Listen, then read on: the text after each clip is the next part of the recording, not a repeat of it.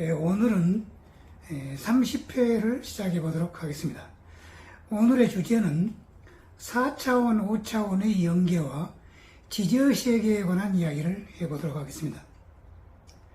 그러니까 모든 행성 주위에는 4차원 연계가 존재하며 에테르계는 5차원의 연계이며 지저세계는 5차원의 천국 사회라는 것입니다. 지저세계라는 것은 우리 지구의 중심부에는 산도 있고 바다도 있고 평야도 있고 하는 그런 지상과 똑같은 세계가 있다는 겁니다. 그리고 이 지저세계는 5차원 세계인데 지저세계의 중심에는 작은 태양이 있으며 지저세계와 지상세계 양쪽 면 안에는 3개의 긴 띠로 된 용암이 존재한다는 겁니다. 또한 지저세계에는 육지가 바다보다도 더 넓다라고 합니다.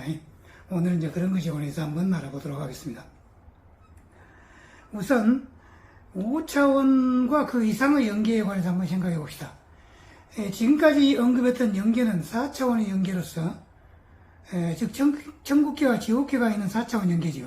연계로서 모든 행성 주위에는 이와 같은 실제적인 4차원이 존재한다는 겁니다. 즉 4차원의 연계란 3차원의 존재들이 윤회 전생을 하는 과정에서 임시로 쉬어가는 휴게소 역할을 하는 곳이라는 것입니다.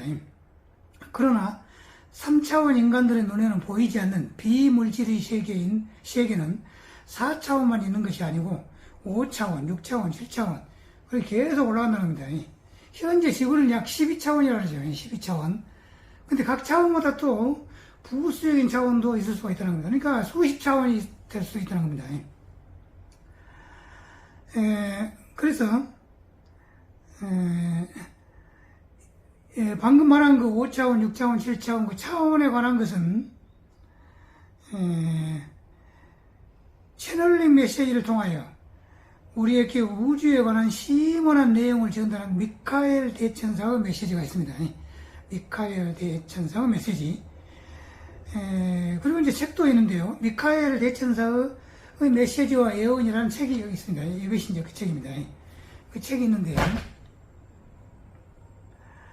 이 책의 그 243쪽부터 256쪽의 내용은 7차원으로 구성되어 있는 우주에 관하여 자세하게 연구를 하고 있습니다.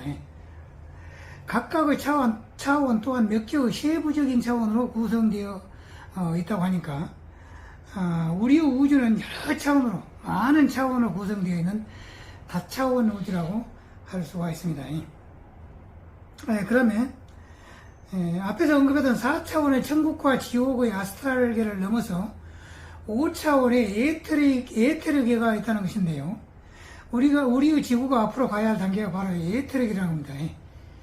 그러니까 이제 아스트랄계 4차원은 이제 이미 지구 주변에 있고 지구가 앞으로 가야 할 그 천국계는 5차원의 에테르계라는 겁니다. 그 다음에 이 5차원의 세계는 여러 종교에서 언급하고 있는 진정한 의미에 있어서의 천국 그 자체라고 할 수 있는데요. 놀랍게도 우리 지구에도 이와 같은 5차원의 세계가 존재한다는 것인데요. 그것이 바로 지저세계라는 겁니다. 지저세계. 지저세계 말고 또 다른 5차원의 세계 예를 든다고 할 것 같으면은 또 하나의 사례는 최근에 그 은하 문명에서 펴낸 책 나는 금성에서 왔다 라는 책 속에 금성에서 지구로 와가지고 현재 미국에서 살고 있는 금성 여인 옴넥 오넥 여사의 금성 문명에 관한 그런 이야기가 있습니다. 그 책을 이제 보여드린다면 나는 금성에서 왔다 하는 책은 이제 이겁니다. 이 책. 금성에는 실제로 5차원의 천국이라 지상에서는 망원경으로 보아도 보이지는 않는데요. 그 5차원의 천국이 있다는 겁니다. 금성에. 그곳에서 지구로 와가지고 현재 미국에서 살고 있는 그 여인이 바로 나는 금성에서 왔다. 또 한 권의 책은 똑같은 그 옴넥 원행 여사가 쓴 금성에서 온 여인 이 책입니다. 이분이 바로 옴넥 원행 여사입니다. 금성에서 와가지고 현재 살고 있다는 겁니다. 그런데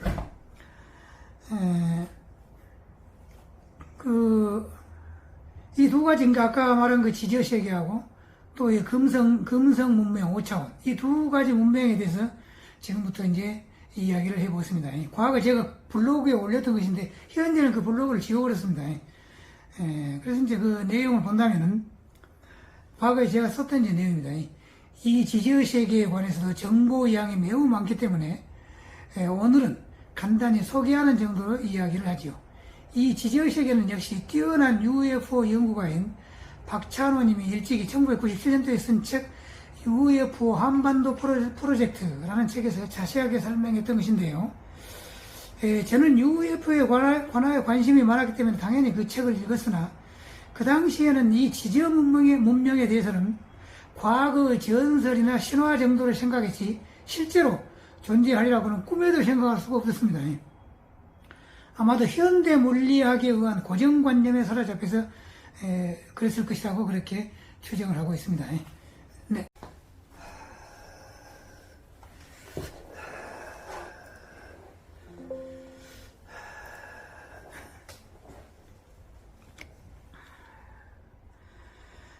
즉 다시 말해서 지금의 지구 물리학 이론에 의한다면 지구는 아래로 내려갈수록 뜨거워지고 있고 지구의 중심 부분은 가장 무거운 철 성분이 존재하며 따라서 그 철로부터 나오는 자력선이 지구의 양극에서 나오기 때문에 남극과 북극에서 오로라를 볼 수 있으며 가끔 화산 폭발 시에 그 뜨거운 용암 분출 현상을 볼 때 지구의 내부는 뜨거운 용암으로 가득 차 있다 하는 것은 확실한 사실이다. 여기까지가 이제 보통 우리가 학교 그 지구과학 시간에 배운 내용입니다. 그러나 다른 과학적 그 사고 여행을 해본다면은 이는 사실과 다른 비과학적 이론일 수가 있다는 겁니다. 즉 우리가 양동이에다가 물을 가득 넣고 그 양동이에 물속에다 팔을 넣고서 이렇게 팔을 놓고서 빠른 속도로 휘저어 본다면은 당연히 중심부가 원심력에 의하여 마치 구멍이 뚫린 것처럼 보이게 됩니다. 그럼 우리의 태양계가 초기에 형성될 때를 한번 생각해 봅시다. 우리의 태양계는 잘 알다시피 우주 공간상에 그러니까 우리 은하계 안에 우주 공간상에 밀도가 매우 높은 성운이 한 곳에 집중되면은 자체의 무게를 이기지 못하여 서서히 회전을 하기 시작하고 이 회전이 점점 빨라지면은 무거운 원소가 중앙부에 모이게 되어 밀도는 점점 커져서 결국은 태양이 형성되고 그 주위에는 지구나 화성 같은 행성들이 만들어지게 됩니다. 방금 제가 성운이라고 이제 말씀드렸습니다만은 가스와 먼지 등으로 이루어진 대규모의 성간 물질, 별과 별 사이에 있는 물질, 주로 은하면에 모여 있으며 주변에 있는 별의 영향과 그 구성 성분 및 모양에 의해서 몇 가지로 나누어진다고 합니다. 한때 성운과 그 외부 은하, 그러니까 외부 은하는 것은 이제 우리 은하 바깥쪽에 있는 은하를 말하죠. 안드로메다 은하 같은 그런 외부 은하와 성운을 구별할 수 없던 시기에 이 외부 은하를 성운이라고 부른 적도 있었으나 오늘날에는 확실히 구분을 한다고 합니다.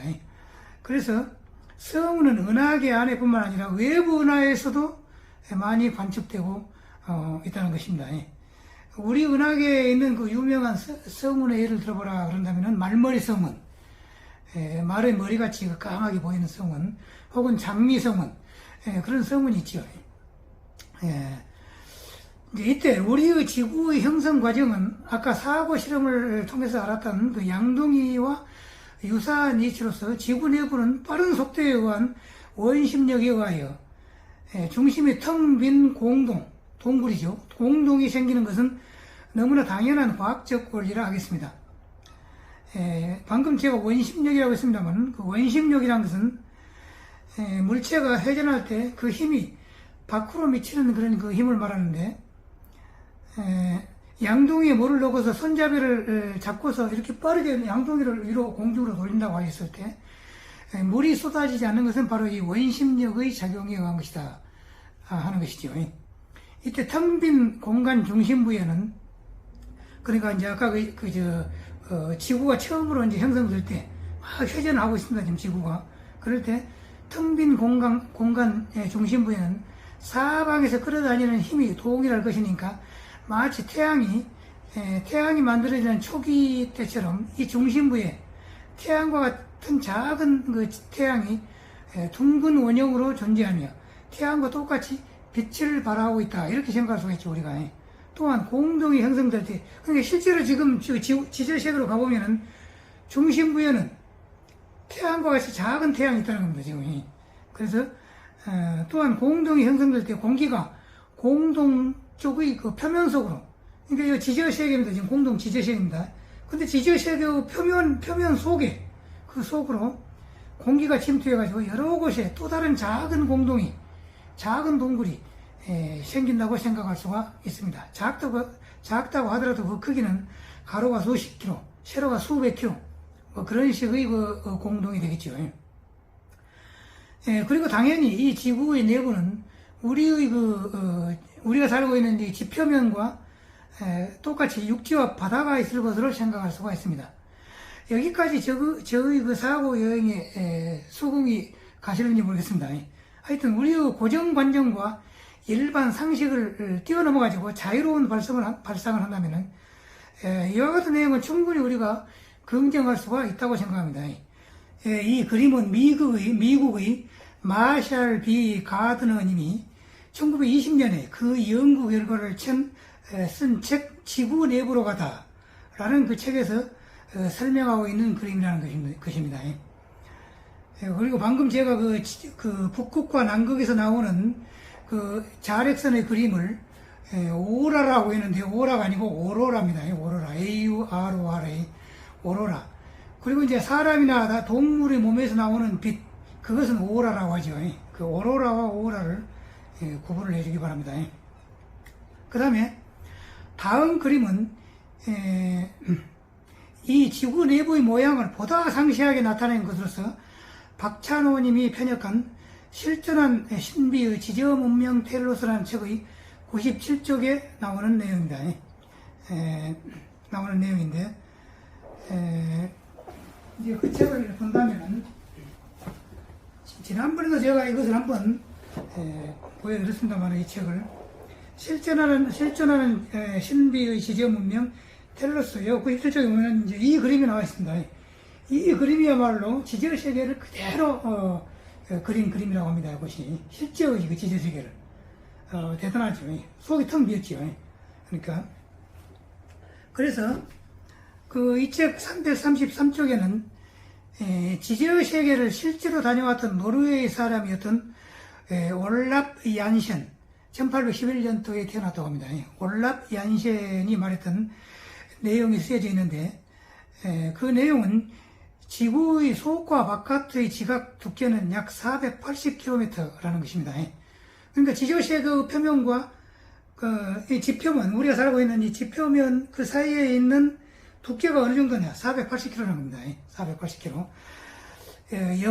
영화 잃어버린 세계를 사이에서, 이제 그런 또 영화가 있죠. 지저세계에 관한 영화죠.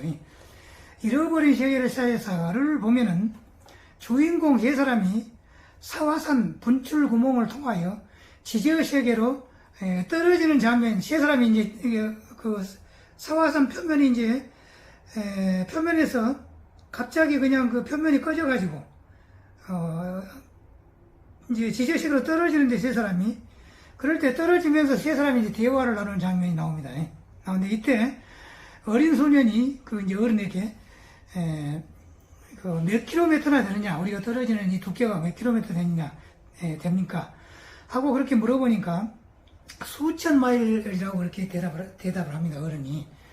근데 실제로는 수천 마일이 아니고 480km 정도 된다 하는 것이 실제적인 진실인 것 같습니다. 이 지저세계는 지표면과는 달리, 그러니까 우리가 살고 있는 이 지표면과는 달리 바다가 전체 면적의 4분의 1이고 육지가 4분의 3이어서 지구 표면의 육지보다는 훨씬 더 넓다는 것입니다.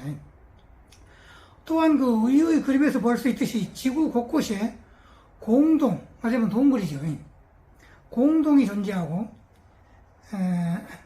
그러니까 이제 그 지저세계에서 땅속으로 들어가면은 또 동굴이 있다는 겁니다. 작은 동굴이. 동굴이 작다고 해도 이제 그 길이가 몇백 킬로, 뭐 몇십 킬로 그런 동굴이죠. 그런 동굴이 있다는 것인데, 이 그림에서 볼 수 있듯이 지구 곳곳에 공동, 즉 동굴이 존재하고, 이 동굴들은 지하 터널로 거미줄처럼 연결되어 있다는 것입니다. 이때 당연히 떠오르는 의문은 지구 내부에 있는 그 용합은 어떻게 될 것인가 하는 것인데요. 이 그림에서 볼 수 있듯이 지하가 용암으로 가득 차 있는 것이 아니고, 용암으로 가득 차 있는 것이 아니란 겁니다. 아니고, 긴 띠를 이루고 있는, 층의 그 용암이 지표면과 지지의 세계의 중앙에 3개의 열로 존재한다는 겁니다. 3열로 있다는 것인데요. 그런데 그 곳곳이 단절이 돼가지고, 그 용암이 계속 연결된 것이 아니고, 곳곳이 단절이 되어 있다는 겁니다. 단절이 되어 있어가지고, 그곳이 지지의 세계로 통하는 통로가 되고 있다. 그런 얘기입니다. 네, 오늘은 여기까지.